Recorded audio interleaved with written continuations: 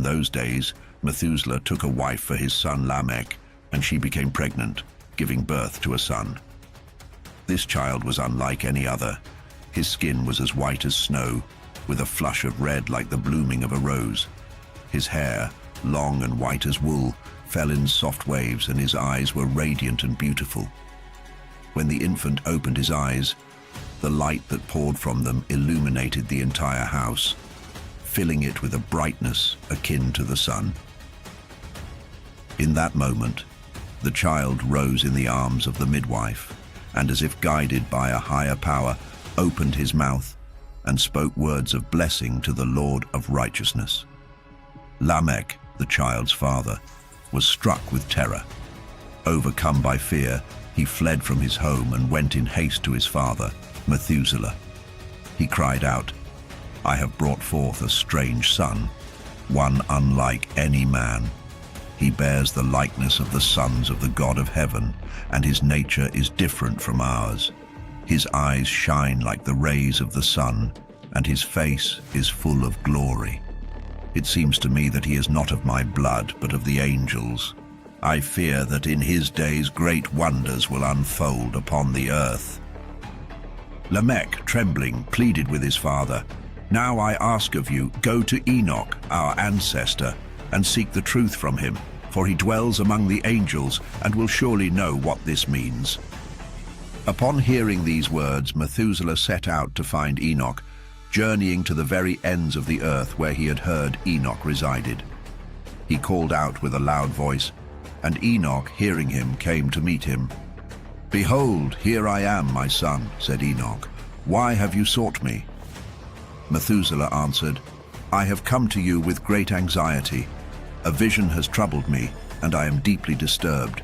My son Lamech has had a child, but this child is unlike any other. His skin is whiter than snow and redder than the bloom of a rose. His hair is whiter than wool, and his eyes shine with the brilliance of the sun. When he opened his eyes, he lit up the entire house. He rose in the midwife's hands and blessed the Lord of heaven. Lamech, in his fear, fled to me, doubting that the child is his own, believing him to be in the likeness of the angels of heaven. I have come to you to learn the truth of this." Enoch listened and then spoke with solemnity. "The Lord is about to do a new thing on the earth. This I have seen in a vision. In the days of my father Jared, some of the angels of heaven transgressed the command of the Lord. They sinned and broke the law by taking human wives. With them, they bore children, committing great sin. Soon a great destruction will sweep over the earth, a flood that will last 1 full year, cleansing the land of its impurities. But this son who has been born to you, he shall be spared. He and his 3 children will survive when all other men perish. Giants shall walk the earth, born not of spirit but of flesh, and they will bring great punishment upon the world. Yet through it all, the earth will be purified of its corruption." Enoch continued, "Now go and tell your son Lamech that this child is indeed his own, born of his flesh. You shall name him Noah, for he will be left to you, and he and his sons will be saved from the destruction that is coming upon the earth, for all the sin and unrighteousness that will culminate in his days." Enoch's voice grew heavier as he warned, "But even after the flood, the earth will again fall into deeper wickedness, more than before. I know this, for I have seen the mysteries of the holy ones, revealed to me by the Lord. He has shown me, and I have read it in the heavenly tablets. The transgressions will continue, generation after generation, until finally, a generation of righteousness arises. When that day comes, all sin will be destroyed, and goodness will fill the earth." Enoch then turned to Methuselah. "Go now, my son, and tell Lamech that this child is his, and that the words I speak are true." When Methuselah heard the words of his father, he returned to Lamech, telling him all that Enoch had revealed. Lamech named his son Noah, for it was foretold that Noah would bring comfort to the earth after the great destruction. In those days, Noah beheld the earth, and his heart grew heavy with sorrow. The ground beneath his feet had sunken, and he knew that destruction was near, inevitable. With a deep, trembling voice he cried out, not once, but 3 times, "Hear me, hear me, hear me!"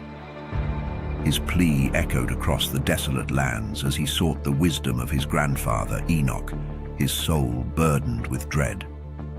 From the silence, Enoch responded, "What has caused such despair on the earth that it trembles so violently? Speak to me, Noah, for I fear that this turmoil may consume even me." But as Noah began to reply, the earth quaked beneath him. A great upheaval tore through the land, and a voice, mighty, reverberating, thundered from the heavens. Overcome with awe and fear, Noah collapsed, his face pressed against the earth. In that moment, Enoch appeared, standing tall and radiant beside him. With gentle reproach, he asked, "Why, my child, have you called out to me with such anguish and tears?" His voice grew solemn as he continued, "A decree has been sent forth from the very presence of the Lord. Those who dwell on the earth are marked for ruin, for they have uncovered forbidden knowledge. They have learned the hidden secrets of the angels, the violent ways of the Satans, and have tapped into powers never meant for man. They have mastered sorcery and witchcraft, and they have created molten images that curse the earth." He spoke of the mysteries they had stolen. They have drawn silver from the dust of the earth, discovered the origin of soft metals, and yet lead and tin, unlike the others, spring forth from a fountain deep within the earth. This fountain is guarded by an angel, a being of immense power and authority. Then Enoch took Noah by the hand, lifting him from the ground. "Go now, my son, for I have sought the Lord of Spirits concerning this chaos that stirs the earth." His reply was clear. "Their judgment is sealed, and it shall not be delayed. Because of the sorceries they have unearthed, and the darkness they have embraced, the earth and all who dwell upon it will be swept away in destruction." With a grave tone, Enoch revealed the fate of those who had transgressed.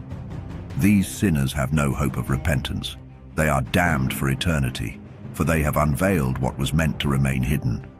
But fear not, Noah, for the Lord of Spirits knows you are pure, untouched by this corruption. You are guiltless in his eyes." Enoch's voice softened, filled with both sorrow and hope. "The Lord has chosen your name to dwell among the holy. He will preserve you, even as the earth falls to ruin. And from your line a legacy shall rise, a royal and righteous seed, destined for great honor. A fountain of righteousness shall spring forth from your descendants beyond measure and for all time." Then Enoch showed Noah the angels of punishment, fierce and ready, prepared to unleash the powers of the deep waters beneath the earth. They stood waiting to bring judgment and destruction upon all who walk the land. But the Lord of Spirits held them back, commanding the waters to remain in check, for the time had not yet come. And so Noah departed from the presence of his grandfather, burdened with the knowledge of what was to come. In the days that followed, the word of God came to Noah. It was a voice like thunder, yet tender with love.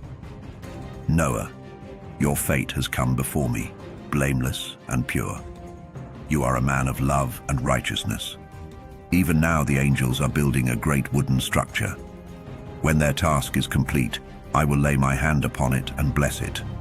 From this vessel, the seed of life will emerge, and the earth will be renewed." God's promise was firm. "Your descendants shall be established forever. They will spread across the earth, not in desolation, but in abundance. They will be fruitful and multiply, and my blessing will rest upon them generation after generation." Then God spoke of the fallen angels.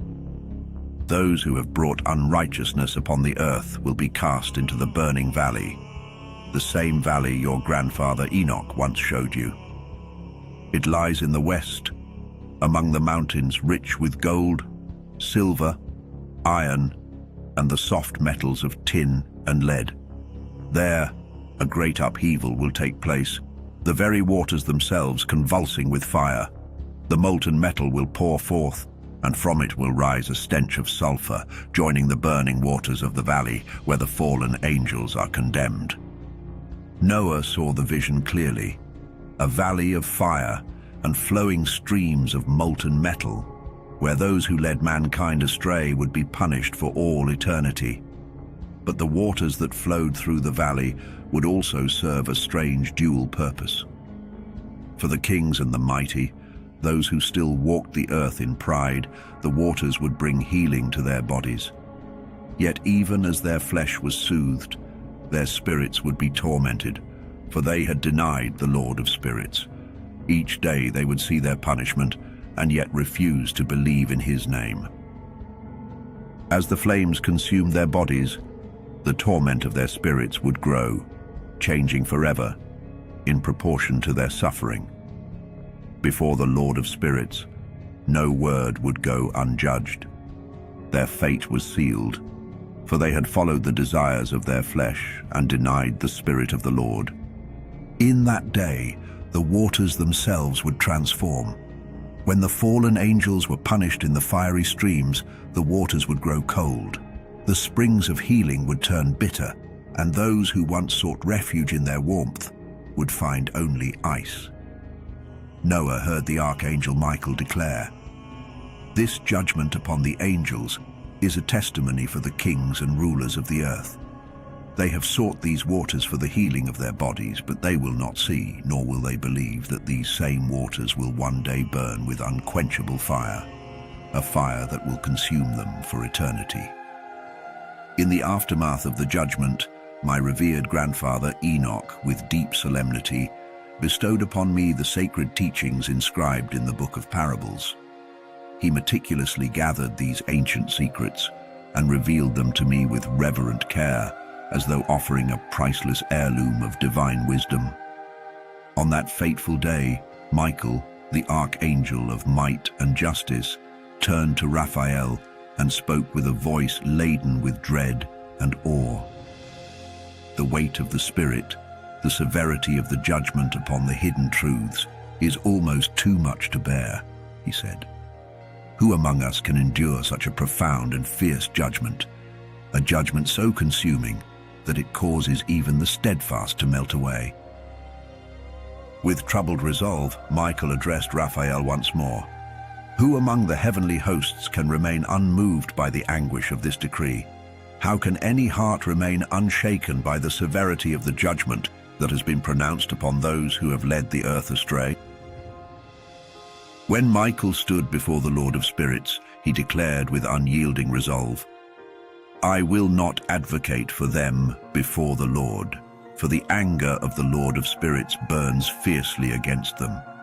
They have assumed the place of the Lord, usurping his authority. Therefore, all that was hidden, all that was kept from them, shall now be laid bare, and their fate is sealed for eternity. Neither angel nor man shall share in this judgment. They alone shall bear the weight of their eternal damnation. In the wake of this divine judgment, terror shall grip the hearts of the angels, who will tremble at the sight of the revelations they have shown to mankind. They will be the harbingers of fear, their own names whispered with dread among the earth's inhabitants. Behold the names of these angels, each a bearer of dark secrets and destruction. The first, Samjaza; the second, Artakifa; the third, Armen; the fourth, Kokabel; the fifth, Turael; the sixth, Rumjal; the seventh, Danjal; the eighth, Nekael; the ninth, Barakel; the 10th, Azazel; the 11th, Armaros; the 12th, Batarjal; the 13th, Busasejal; the 14th, Hananel; the 15th, Turel; the 16th, Simapeziel; the 17th, Jetrel; the 18th, Tumael; the 19th, Turel; and the 20th, Rumael, and Azazel once more as the chief among them. These are the leaders of the angels commanding over hundreds, fifties, and tens. Their names are etched in infamy. The first among them was Jekon, the one who led astray all the sons of God, bringing them down to the earth and leading them into the arms of mortal temptation through the daughters of men. The second, Asbael, imparted to these divine beings wicked counsel, guiding them into impurity by defiling themselves with human flesh. The third, Gadrael, revealed to humankind the grievous instruments of death, the blows and tools of demise, from shields to swords. He led Eve astray and showed mankind the implements of war and destruction, thus perpetuating suffering on the earth. The fourth, Penimu, imparted the knowledge of bitter and sweet, unveiling the secrets of wisdom that led humanity into sin through the invention of writing, an art that has caused untold transgressions from ages past until the present day. For men were never meant to validate their actions with ink and parchment. They were created pure and righteous, unmarred by the destructive knowledge that now consumes them. The fifth angel, Kasdejar, unveiled to humankind the malevolent strikes of spirits and demons, including the fatal smitings of the unborn in the womb, the serpent's bites, and the harms caused by the scorching heat. His revelations brought about the torment of spirits and bodies alike. The sixth, Casbael, revealed the sacred oath he had made with the holy ones, an oath whose power was both formidable and binding. This oath had been entrusted to Michael, holding within it the strength to command and enforce divine order. The secrets of this oath are mighty. It was through this oath that the heavens were established before the world was made, and the earth was founded upon the waters. Beautiful springs emerged from the secret recesses of the mountains, and the seas were set with boundaries that it dare not transgress. The depths were secured, the sun and moon kept their course, and the stars completed their cycles, all by the power of this oath. The spirits of water, winds, and all elements were bound by it, and their paths were preserved from corruption. The voice of thunder, the light of lightning, the chambers of hail and frost, and all elements of weather give thanks and glorify the Lord of spirits eternally, for they are preserved by this oath. Great joy fills their hearts as they bless and extol the name of the Son of Man, who has been revealed and now sits upon the throne of glory. The judgment is given to him, and he will purge the earth of sinners, binding them with chains and casting them into their place of destruction. All their deeds shall vanish from the earth. From this moment forward, corruption shall have no place. The Son of Man, having taken his throne, will banish all evil before his presence. His word shall be strong and potent before the Lord of spirits. And it came to pass that during his earthly life, Enoch's name was exalted and raised to the attention of the Son of Man and the Lord of spirits, surpassing all those who dwelt upon the earth. In a grand celestial ascent, he was lifted upon the chariots of the Spirit, and as his name ascended, it gradually faded from among them. From that moment, Enoch was no longer counted among the mortal realm.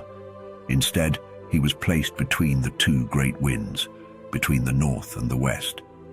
There, the angels meticulously measured the domain allotted for the elect and the righteous. In that sacred space, he beheld the ancient patriarchs and the righteous, those who from the dawn of creation had resided in that exalted realm. It was after this momentous event that Enoch's spirit was transported to the heavens, ascending to the divine realms. There, he beheld the holy sons of God, stepping upon fiery paths. Their garments gleamed white, and their faces radiated with the brilliance of freshly fallen snow. He saw two streams of fire, their light akin to the hue of hyacinth, and overwhelmed by the vision, he fell prostrate before the Lord of spirits. The archangel Michael, one of the exalted archangels, took him by his right hand, lifting him gently and guiding him through the divine mysteries. Michael revealed to him the hidden secrets of righteousness and the ultimate truths of the cosmos. He was shown the secrets of the farthest reaches of heaven, the chambers of the stars, and the pathways of the luminaries. all proceeding in divine order before the holy ones. Enoch's spirit was then translated into the heaven of heavens, where he beheld a magnificent structure composed of crystal-clear substances. Within this celestial edifice, tongues of living fire danced between the crystalline walls. He witnessed the girdle encircling this fiery house, adorned with streams of living fire flowing from all four sides. Seraphim, cherubim, and Ophanim, celestial beings who neither slumber nor rest, stood in vigilant guard around the throne of divine glory. Enoch beheld an innumerable host of angels, thousands upon thousands, and 10,000 times 10,000, encircling the divine house. Among them were Michael, Raphael, Gabriel, Phanuel, and other holy angels of the highest order, all moving in and out of that sacred place.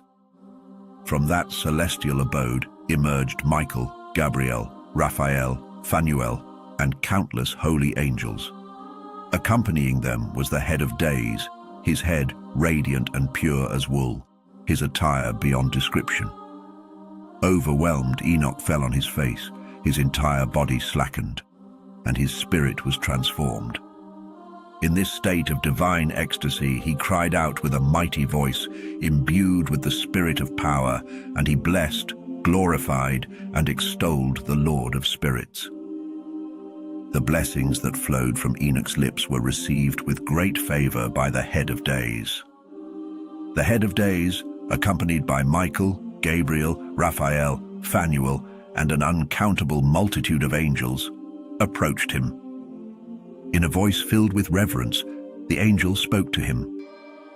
"Behold the Son of Man, born unto righteousness. Righteousness envelops him, and the righteousness of the head of days shall never depart from him." The angel continued, "He brings to you a message of peace, a peace that has emanated from the creation of the world and shall endure forever. Walk in his ways, for righteousness shall never abandon him. In his presence you shall find your dwelling and your heritage, and you shall be eternally united with him. Thus shall the Son of Man enjoy length of days, and the righteous shall walk in peace and integrity in the name of the Lord of spirits, forever and ever." Enoch continued to unveil the divine knowledge imparted to him, revealing the profound secrets of the celestial bodies and their movements. Under the guidance of Uriel, the holy angel, Enoch was shown the intricate mechanisms of the heavens. Uriel disclosed to Enoch the precise laws governing the celestial bodies, illustrating how each luminary follows its designated path, according to their orders, dominions, and seasons. These laws are set to remain in place until the dawn of the new creation, which will last for eternity. Uriel began, "The first law of the luminaries is that the sun rises from the eastern portals of heaven and sets in the western portals. There are 6 portals through which the sun ascends, and 6 through which it descends. The moon follows similar paths, rising and setting within these portals, as do the leaders of the stars and their charges, 6 in the east and 6 in the west, all in precise, harmonious order. Additionally, there are many windows flanking these portals on both the right and left. The great luminary, the sun, emerges first. Its circumference mirrors the expanse of the heavens, and it is ablaze with radiant and warming fire.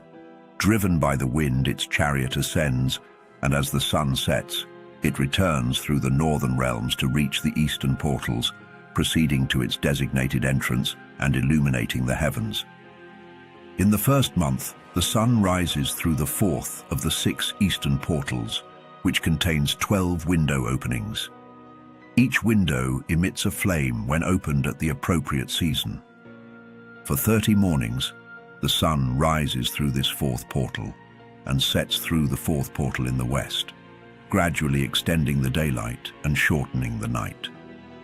On the 30th morning, the day surpasses the night by 1/9, with the day comprising 10 parts and the night 8. The sun then transitions to the 5th portal, rising and setting through it, for 30 mornings.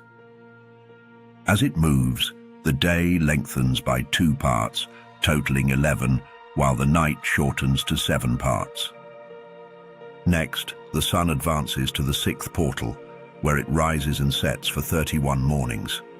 On this day, the daylight doubles the night, with the day measuring 12 parts and the night 6. Afterward, the sun ascends to reduce the length of the day and increase the night. It returns to the 6th portal in the east and completes 30 mornings before diminishing the day by 1 part, making the day 11 parts long and the night 7.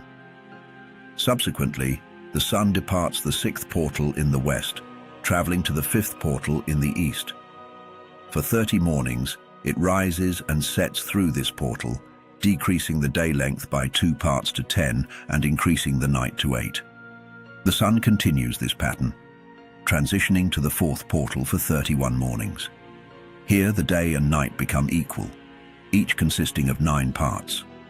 The sun then proceeds to the 3rd portal, where it rises and sets for 30 mornings.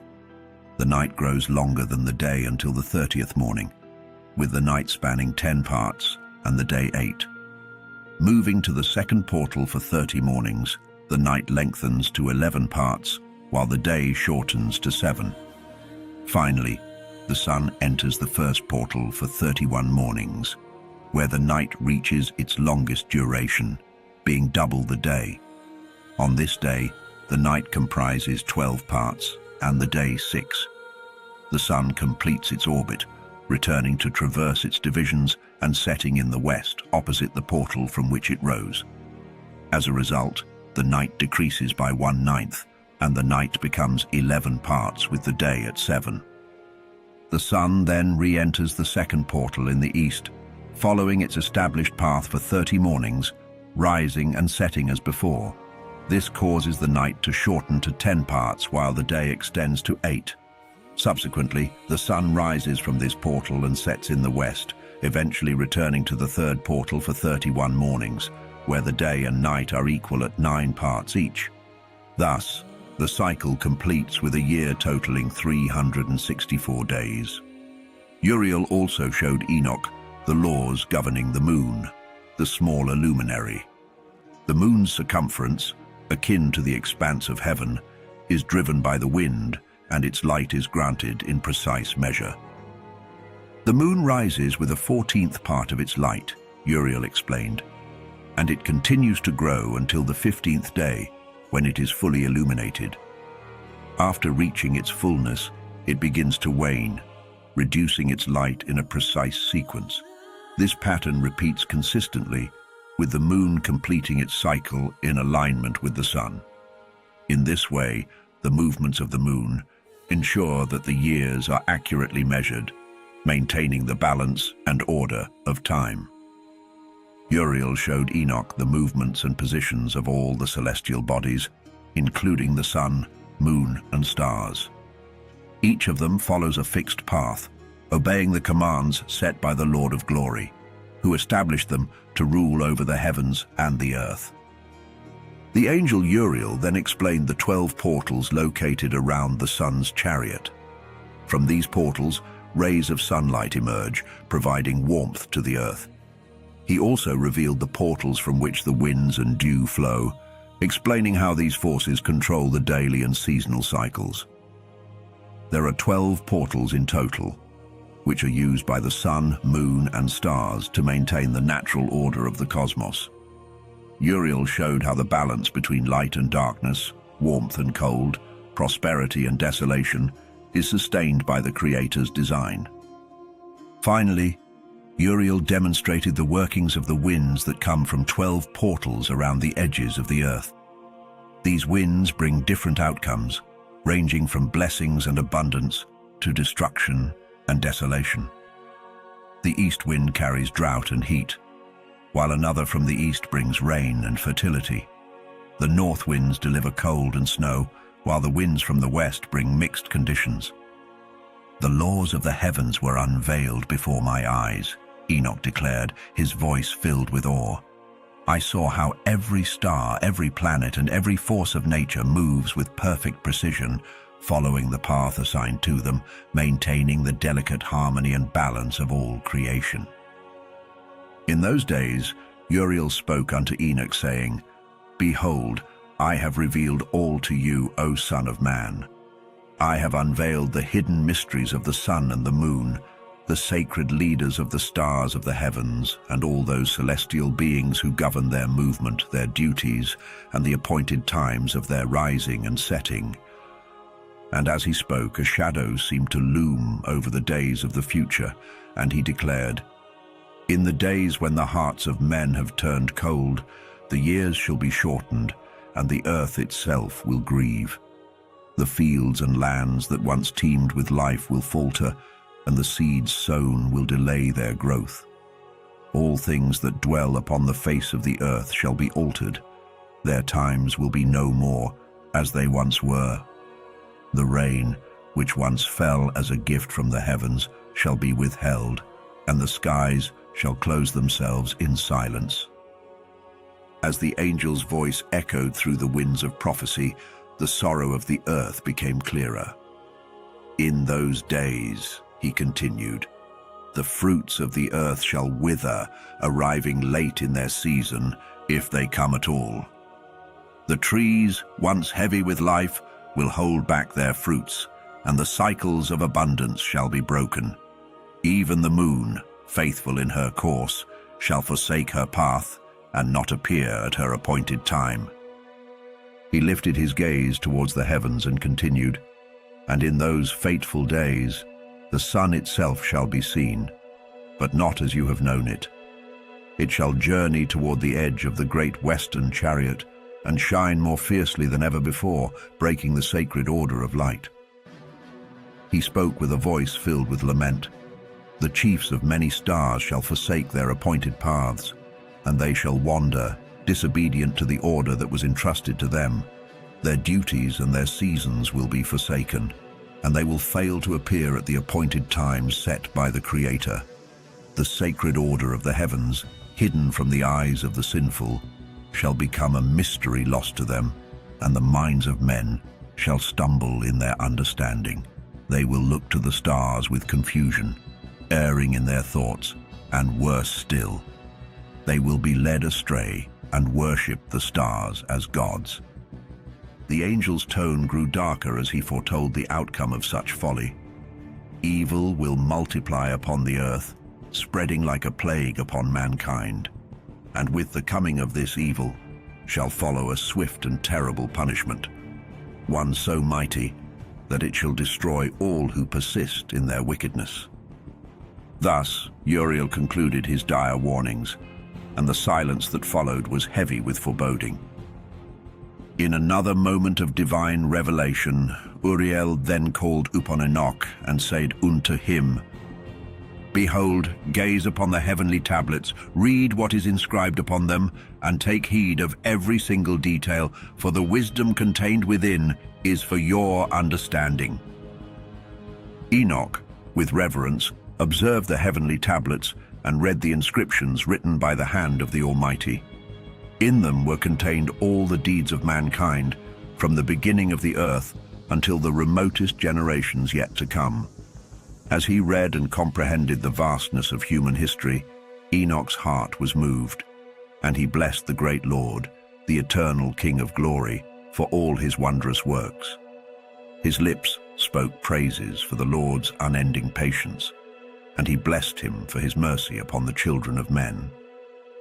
And Enoch, filled with wisdom, declared, Blessed is the man who dies in righteousness and goodness, for there is no record of wrongdoing against him. In his name, no day of judgment shall ever be found.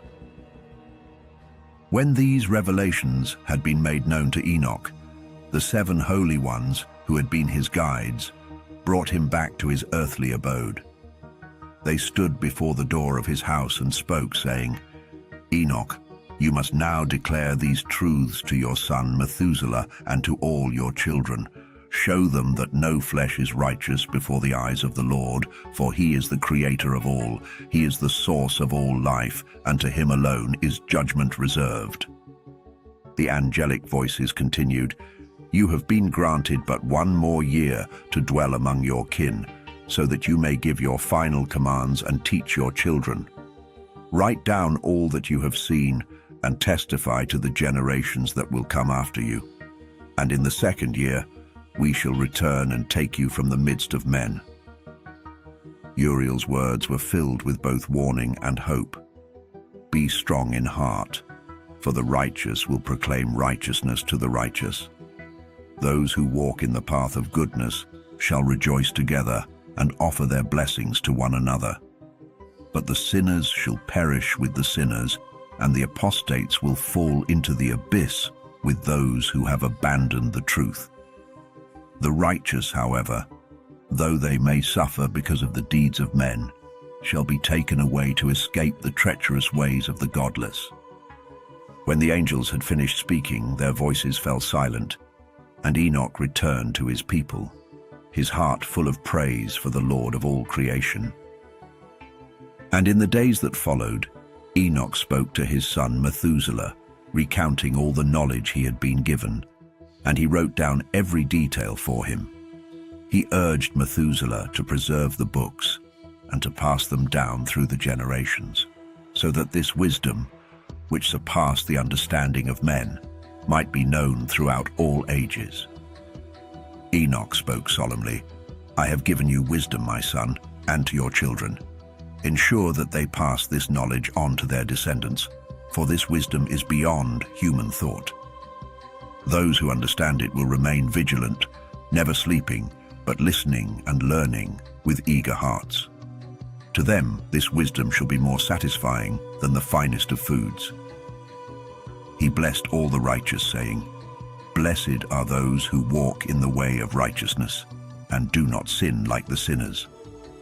In the reckoning of all their days, the sun moved steadily through the heavens, entering and exiting the portals of the sky for 30 days at a time, always accompanied by the leaders of the stars. But there were 4 extra days interspersed throughout the year, marking the divisions between the seasons, and it was these days that would cause confusion among men. They would fail to account for them correctly, miscalculating the passage of time. These days were sacred, meant to complete the year's cycle, but mankind would struggle to recognize them. The sun's journey completed the year in 364 days, a number that was precise and recorded for all eternity. Uriel, the holy angel who had been given dominion over the hosts of heaven, had shown this to Enoch, revealing the mysteries of the luminaries, the months, the festivals, the years, and the days.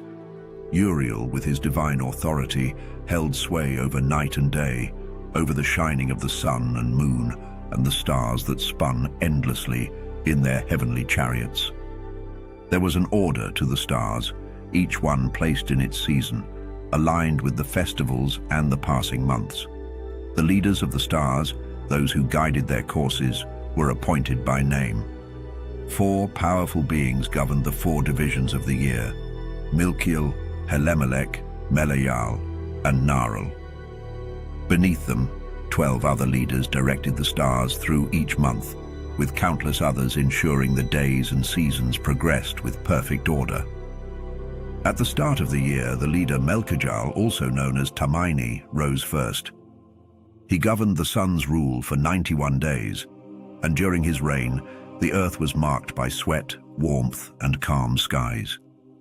The trees burst into life, bearing fruit, their leaves unfurling, and the fields blossomed. Wheat ripened for harvest, roses bloomed, and the earth was full of beauty, though the trees of winter stood barren. Under Melchial's guidance were 3 leaders, Berkael, Zelebsel, and Hilujasef, who ruled alongside him. But as his dominion ended, another rose, Helemelech, also called the Shining Sun. His reign too spanned 91 days, but the earth felt the burn of intense heat and dryness. The fruits ripened, heavy and sweet, ready for harvest. The sheep mated and carried their young, and the fields were gathered, their bounty collected in preparation for the winepress. During this time, the leaders who served under Helemelech were Gidaljal, Keel, Heel, and Asphel. each guiding their own order, until once again their rule came to its inevitable end, and the cycle continued, unbroken, as it had been ordained by the Creator himself.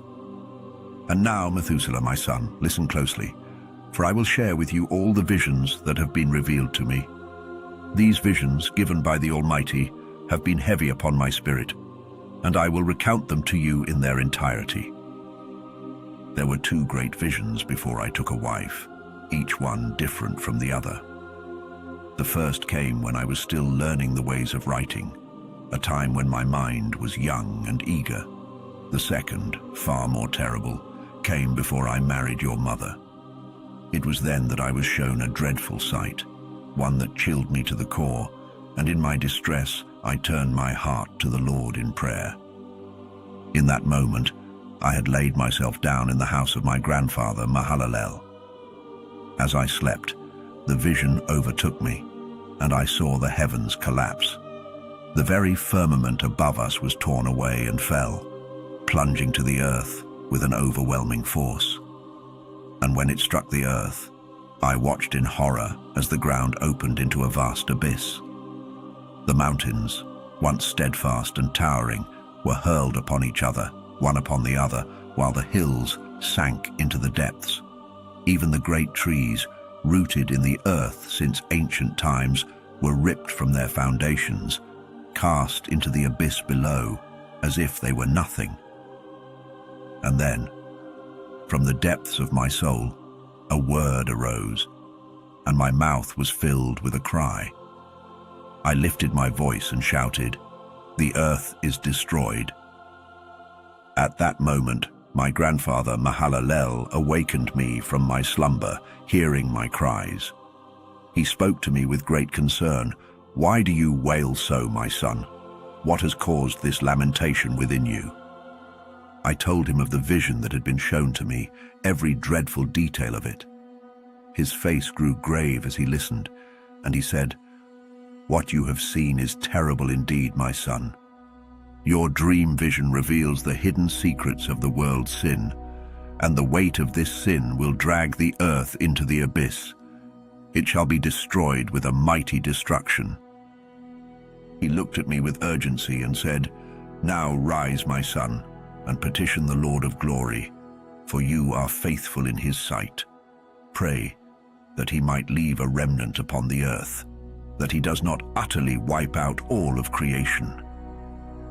My heart trembled at his words, and he continued, "For from the heavens this destruction will come, and the earth will be consumed by it." After that I arose and prayed with all my strength. I implored and beseeched the Lord to have mercy, and I wrote down my prayer for the generations to come. I promised that I would show everything to you, Methuselah, so that you might understand the gravity of what is to come. And after my prayer, I went outside and looked upon the heavens. I saw the sun rising in the east, casting its light over the world as it had since the beginning of time. The moon was setting in the west, and a few stars still lingered in the sky. The earth, despite what I had seen, still moved in the rhythm set by the Creator from the dawn of time. And I blessed the Lord, the God of judgment, praising him for his works. For he had made the sun to rise each day, to travel across the sky, following the path that he alone had ordained. Then, with hands lifted high, I praised the Holy and Great One. With the breath given to me by the Lord, and the tongue of flesh created for the children of men, I spoke in his name. Blessed art thou, O Lord, King of kings. Great and mighty is thy power, and everlasting is thy greatness. Thou art the Lord of all creation. The heavens are thy throne, and the earth is thy footstool forevermore. All dominion and power belong to thee, for throughout all generations thy reign endures. I continued in my praise. Thou hast created all things, O Lord, and nothing is too difficult for thee. From thy throne wisdom flows unceasing, and from thy presence nothing departs. Thou knowest and seest all, for nothing is hidden from thy sight. But as I prayed, my heart grew heavy with sorrow, for I knew that even the angels, the very hosts of heaven, had trespassed against the Lord. And upon the flesh of men, God's wrath would remain until the day of great judgment. I cried out, "O God, O great King, I implore thee, hear my prayer. Leave me a posterity on this earth.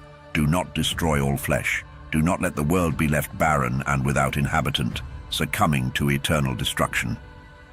With a trembling voice I pleaded, "Let thy wrath fall upon the wicked, but let the righteous be as a seed planted in eternity. Hide not thy face from me, O Lord, hear the prayer of thy servant." After this, another vision came upon me, and I must tell you, my son, all that I saw. Enoch lifted his voice and spoke to Methuselah, "Listen carefully, my son, to the dream vision of your father. Before I took your mother, Edna, as my wife, I saw a vision while lying on my bed. In this vision, I beheld a great bull emerging from the earth, its coat as white as snow. Following it came a heifer, and with her 2 more bulls appeared, one black and the other red. Then the black bull gored the red one and chased him across the earth, and I could see the red bull no more. The black bull grew larger, and the heifer followed him, and from them many oxen were born, each resembling the black bull. I saw that the first cow left the presence of the white bull to search for the red one, but she could not find him. Her grief was great, and she wept bitterly for him, her sorrow filling the earth. But in time the white bull returned to her, comforting her, and she wept no more. Afterward she bore another white bull, and from this bull came many more, black cows among them. I watched in my sleep as the white bull grew and became a mighty creature, larger and stronger than all the others. From him many more white bulls were born, each following the one before in great numbers. As I slept once more, my eyes beheld a vision of the heavens above, and I saw a star fall from the sky.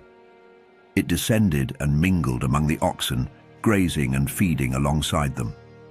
Then I observed the large, dark oxen, and I saw that they had all shifted their stalls and pastures, intertwining their lives. They began to dwell together as one. In another vision, I looked up again, and many stars descended from heaven, converging upon that first fallen star. These stars transformed into bulls and joined the cattle, pasturing among them. I watched in astonishment as these newly formed bulls extended their organs like horses and covered the cows of the oxen. From this union, the cows bore strange offspring, elephants, camels, and asses. Fear gripped all the oxen at the sight of these monstrous creatures. Terrified, they began to bite and devour each other, goring with their horns. The earth itself trembled with fear and fled from their presence. In the vision, I witnessed a terrible sight.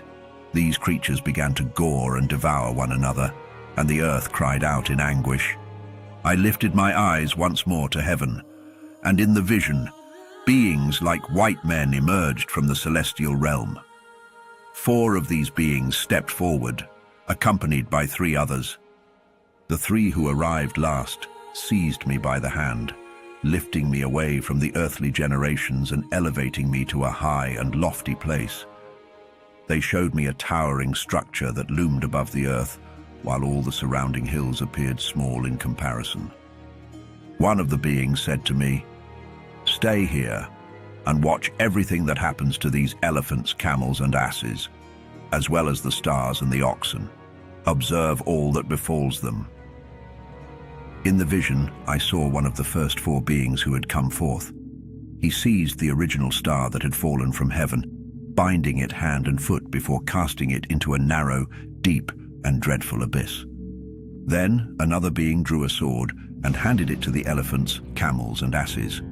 Armed with this weapon, they began to strike each other, causing the earth to quake with the intensity of their conflict. As I watched, one of the four beings who had descended from heaven began to hurl stones at these creatures.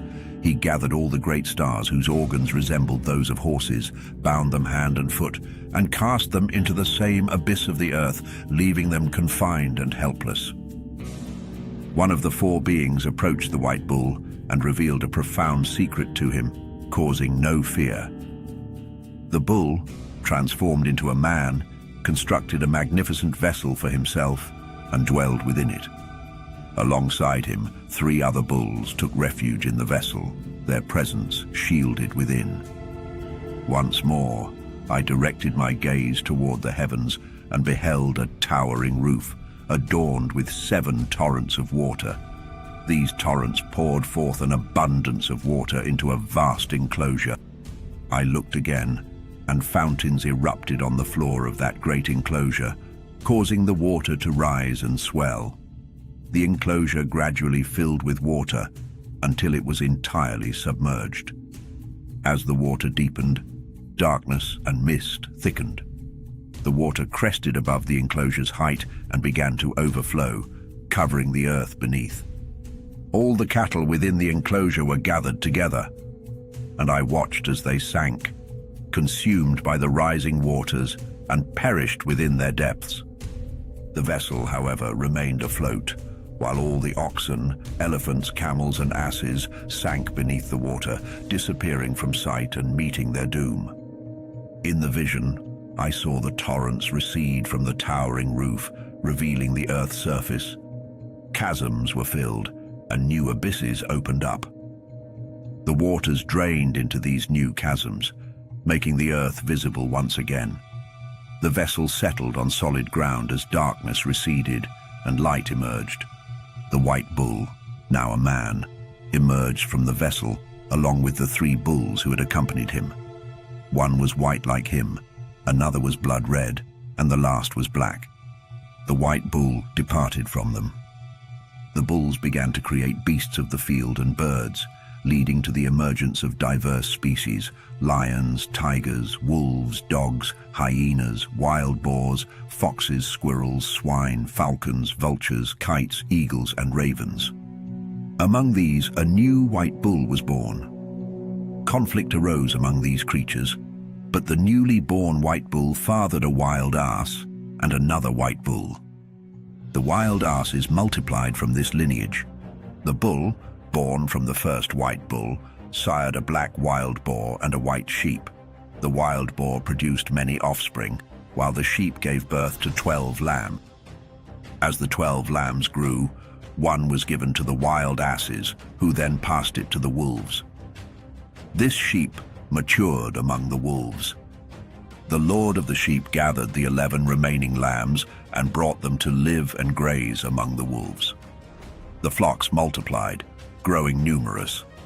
The wolves, terrified of the increasing sheep, oppressed them fiercely, destroying their young and casting them into a river of great waters. The sheep cried out in anguish over their lost young and pleaded with their lord. One sheep, having escaped the wolves, fled to the wild asses. I witnessed the sheep's lament and their fervent pleas to their lord, who descended from his exalted dwelling in response. He called the sheep that had escaped and instructed it to warn the wolves not to harm the sheep. The sheep, following the Lord's command, went to the wolves, accompanied by another sheep. Together they entered the wolves' assembly and admonished them to cease their attacks on the sheep. Despite this, I saw how the wolves continued to oppress the sheep with all their might, causing them to cry out in distress. The Lord came to the sheep, and they began to fight against the wolves. The wolves, in their turn, lamented, but the sheep's cries ceased. I observed as the sheep left the wolves behind, while the wolves, blinded and enraged, pursued them with relentless vigor. The Lord of the sheep led them, his presence radiant and awe-inspiring. All the sheep followed him, their faces illuminated by his glory. The wolves chased the sheep until they reached a vast sea. The sea parted, standing as walls of water on either side, with their Lord guiding them and placing himself between the sheep and the wolves. As the wolves, unable to see the sheep, ventured into the sea, they followed them into the midst of the waters, their pursuit unceasing. As the wolves caught sight of the Lord of the sheep, they turned in terror to flee from his formidable presence. The sea, however, gathered itself and returned to its original state. The waters surged and rose, ultimately engulfing the wolves. I witnessed the dreadful scene as every wolf that had pursued the sheep was drowned and perished in the swelling sea. Yet the sheep escaped from the watery deluge and ventured into a barren wilderness, devoid of water and sustenance. In this desolate land, their eyes were opened to their surroundings. I observed the Lord of the sheep tenderly pasturing them, providing both water and grass, while the leading sheep guided them. The leading sheep ascended to the peak of a towering rock, and the Lord of the sheep sent it back to the flock. I saw the Lord of the sheep standing before them, his appearance majestic, awe-inspiring, and fearsome. The sight of him instilled profound fear in the sheep. They trembled and quaked in his presence, crying out to the leading sheep, "We cannot endure the sight of our Lord, nor stand before him." The leading sheep climbed again to the top of the rock, but the sheep began to lose their way and wander from the path it had shown them, though the sheep remained unaware of their deviation. The Lord of the sheep grew exceedingly wrathful with them. The leading sheep, sensing this, descended from the rock and found the majority of the sheep blinded and strayed. Upon encountering the straying flock, they trembled in fear at its presence and longed to return to their safe pastures. The leading sheep gathered other sheep and went to those who had wandered. It began to cull the wayward sheep, instilling fear in them, and thereby leading the strays back to their fold. In the vision, I saw the leading sheep transform into a man and construct a grand house for the Lord of the sheep, placing all the sheep within it. I saw how the sheep met with the leading sheep that had become a man, who then fell asleep. The grand sheep perished, and smaller ones rose in their stead, leading the flock to a new pasture and a flowing stream of water. The leader, now a man, withdrew from the sheep and fell asleep, causing great mourning among the flock. They cried out desperately for their lost leader. Eventually, the sheep ceased their cries and crossed the stream. New leaders emerged, 2 sheep taking charge where the old ones had fallen asleep. I witnessed the sheep arrive in a beautiful, lush land. The sheep thrived and were satisfied in this pleasant place where the house stood among them. At times their vision was clear, and other times it was obscured, until a new sheep arose to lead them, restoring their sight. As the sheep faced challenges from dogs, foxes, and wild boars, the Lord of the sheep raised a ram from their midst to lead them. The ram fought fiercely against the predators, ultimately destroying them all. However, the ram that had once been glorious grew corrupt and began to assault and trample the sheep, misusing its power. The Lord of the sheep appointed another lamb, transforming it into a ram to replace the fallen leader. This new ram became the prince and leader of the sheep. But during these events, the sheep continued to suffer from oppression by the dogs.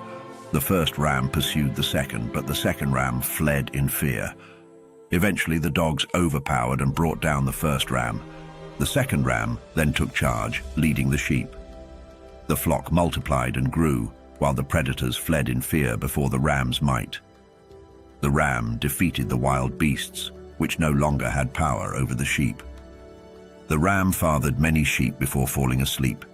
A young sheep then succeeded him as ram and became the new leader. The house grew large and expansive, built for the sheep, and a towering structure was erected for the Lord of the sheep. This house, though low, was overshadowed by the grand tower where the Lord resided, and the sheep provided a full table before him. Yet I saw that once again the sheep strayed and forsook their house. The Lord of the sheep sent emissaries from among them, but these were slain by the sheep. One emissary survived and cried out over the flock, but the Lord saved it and brought it to me to dwell there. Many other sheep were sent to lament and testify to the flock, But when they abandoned the Lord's house and tower, they fell away completely. Their eyes were blinded, and the Lord wrought great slaughter among them until they invited their own ruin. He delivered them into the hands of lions, tigers, wolves, hyenas, foxes, and all wild beasts, who tore the sheep to pieces. The Lord abandoned the house and tower, leaving the sheep at the mercy of the wild beasts. They were ravaged and devoured. In my distress I cried out with all my strength, pleading with the Lord of the sheep to intervene as the wild beasts continued to devour his flock. Yet the Lord of the sheep remained unmoved, even as he watched the devastation unfold before his eyes.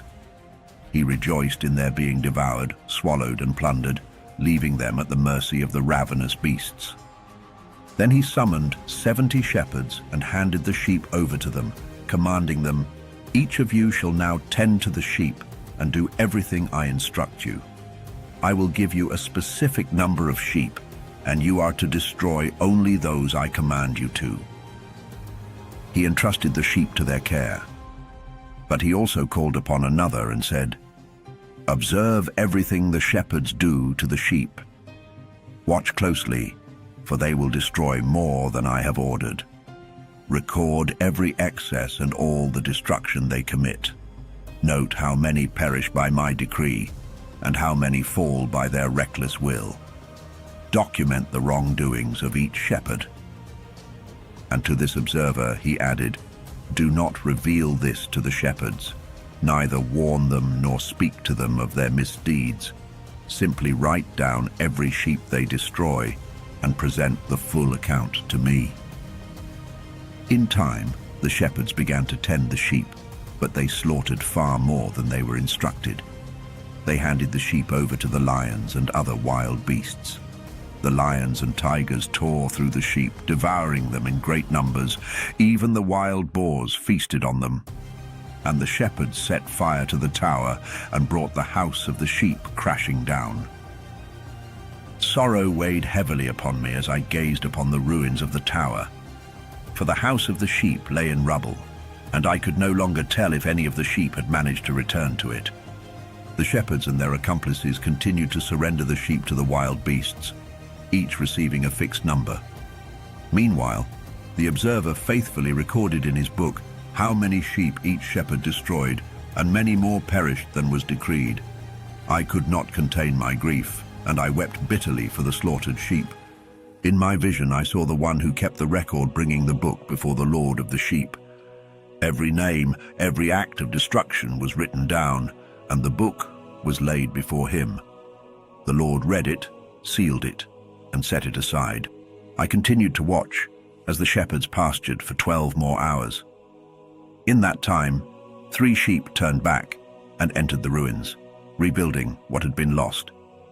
They began to restore the tower, which was then called the High Tower. They also set a table before it, but the bread they placed upon it was defiled, impure. Yet throughout all this, the eyes of the sheep remained blinded, and so too were the eyes of their shepherds. The sheep were delivered into the hands of their shepherds, only to be trampled and devoured. The Lord of the sheep, however, remained unmoved, even as his flock was scattered across the fields and mingled with the wild beasts. The shepherds made no effort to save them. Once again, the observer who had written down all these things took the book and brought it before the Lord of the sheep. He pleaded earnestly on behalf of the sheep and testified against the shepherds, laying bare their many transgressions. The Lord accepted the book and placed it beside him before the observer departed. I saw that 35 more shepherds were appointed to pasture the sheep, each fulfilling their term. As before, others took over when their time was up, continuing the cycle. Then I saw the sky darken as flocks of birds descended upon the sheep, eagles, vultures, kites, and ravens. But it was the eagles who led the assault. They began to feast on the sheep, tearing at their flesh and gouging out their eyes. The sheep cried out in agony as their bodies were devoured, and I, in my sleep, wept and mourned for the shepherds who had been entrusted with their care. The dogs, eagles, and kites continued their feast, leaving no trace of flesh, skin, or sinew. Only the bare bones of the sheep remained, and even those bones crumbled to the earth as the sheep dwindled in number. I watched as 23 more shepherds took up their duties, each fulfilling their period, spanning 58 more times. But amidst this horror, new lambs were born to the white sheep. Their eyes opened, and they began to cry out to the rest of the flock. Though the lambs called to their elders, the older sheep were deaf to their pleas, their ears blind to the truth. Then I saw the ravens swoop down upon the lambs. One lamb was seized, dashed to the ground, and devoured. Yet despite this, horns began to grow upon the lambs, though the ravens tried to tear them down. In time, one sheep sprouted a great horn, and its eyes were opened fully. This sheep turned and gazed upon the others, crying out to them. The rams heard the call, and they all rushed toward the one with the great horn. Even after all of this, the eagles, vultures, ravens, and kites continued their merciless attack, swooping down upon the sheep and tearing into them, devouring their flesh. And though the sheep suffered, they remained silent, while the rams cried out in sorrow and anguish. The ravens, desperate to overpower the ram, fought fiercely against it, seeking to break its mighty horn, yet they had no strength to defeat it. I watched as the shepherds, along with the eagles, vultures, and kites, called upon the ravens to shatter that ram's horn. They joined forces in a violent struggle, but the ram fought back with great desperation, crying out for deliverance. And then, before my eyes, the man who recorded the names of the shepherds descended from the presence of the Lord of the sheep. He came to the aid of the ram, revealing to it all that had been written. His arrival was the ram's salvation. At last, the Lord of the sheep appeared, his wrath burning like an unquenchable fire. Upon seeing him, all who had gathered, shepherds, beasts, and birds alike, fled in terror, scrambling to escape his gaze. They were cast into his shadow, consumed by fear.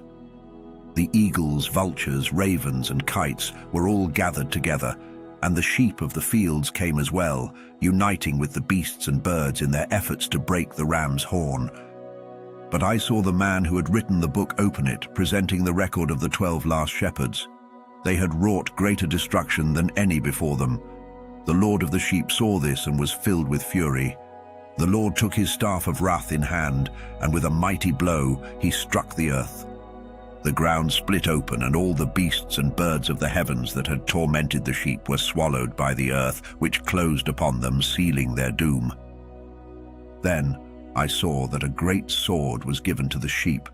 With this weapon they rose against the beasts of the field, slaying them in vengeance. The beasts and birds fled from the sheep, but none could escape their wrath. In the land of peace, a great throne was erected, and the Lord of the sheep seated himself upon it. The man who had written the book brought out the sealed records and opened them before the Lord. The Lord called forth 7 men, clothed in white, and commanded them to bring before him the stars, whose hidden sins were like the impurities of horses. These stars were brought before him, trembling in judgment. Then the Lord turned to the man who had been recording all the events and said, "Take those 70 shepherds, those to whom I entrusted the sheep, and who, acting out of their own will, slaughtered far more than I commanded. And behold, I saw that they were all bound, and they stood before the Lord, trembling in their guilt. Judgment was passed first upon the stars. They were found guilty, condemned, and cast into a blazing abyss, filled with unrelenting flames, burning pillars of fire. The 70 shepherds faced their judgment next, and they too were found guilty. They were hurled into the same fiery abyss, their fate sealed. As I continued to watch, the earth opened yet again, revealing another abyss of fire in its depths. The blinded sheep were brought before it, and they too were judged. All were found guilty, and one by one they were cast into the flames, where they burned until nothing remained but ashes. This abyss lay to the right of the house of the sheep. I watched in horror as the sheep burned, their very bones consumed by the fire. And then I saw the house of old, the house that had sheltered the sheep, being folded up.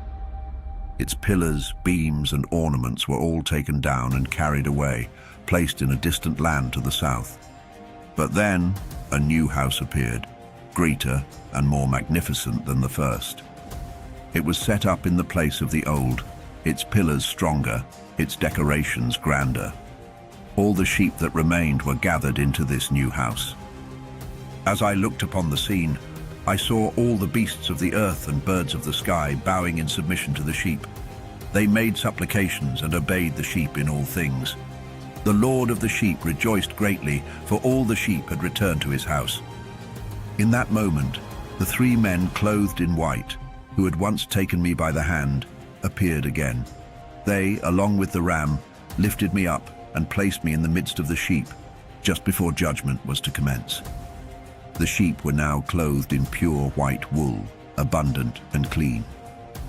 All those who had been destroyed or scattered were gathered in the new house, and the Lord rejoiced with overwhelming joy at their return, for they were now good and faithful. I watched as the sword, once given to the sheep, was taken back into the house, and it was sealed before the presence of the Lord. All the sheep were invited into the house, though it could not contain them all, for they were so numerous. Suddenly, all their eyes were opened, and they beheld the goodness that surrounded them. Not one among them was blind, for all could see clearly.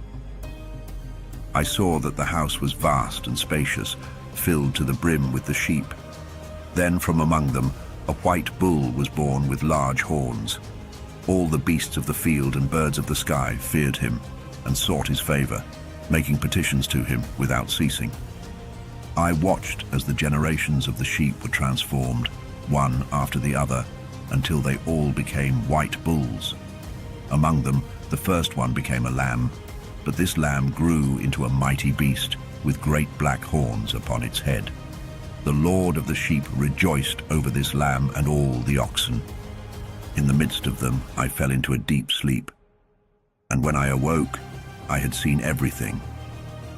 This is the vision that came to me in my sleep. When I awoke, I blessed the Lord of righteousness and glorified his name. But I could not stop weeping. Tears flowed without end as the weight of all I had seen overwhelmed me. I wept because I knew that everything would come to pass, and all the deeds of men, each in their time, had been revealed to me. That night, I remembered my first dream, and the vision filled me with sorrow and unrest. I wept for what I had witnessed, for the fate of all was laid bare before me.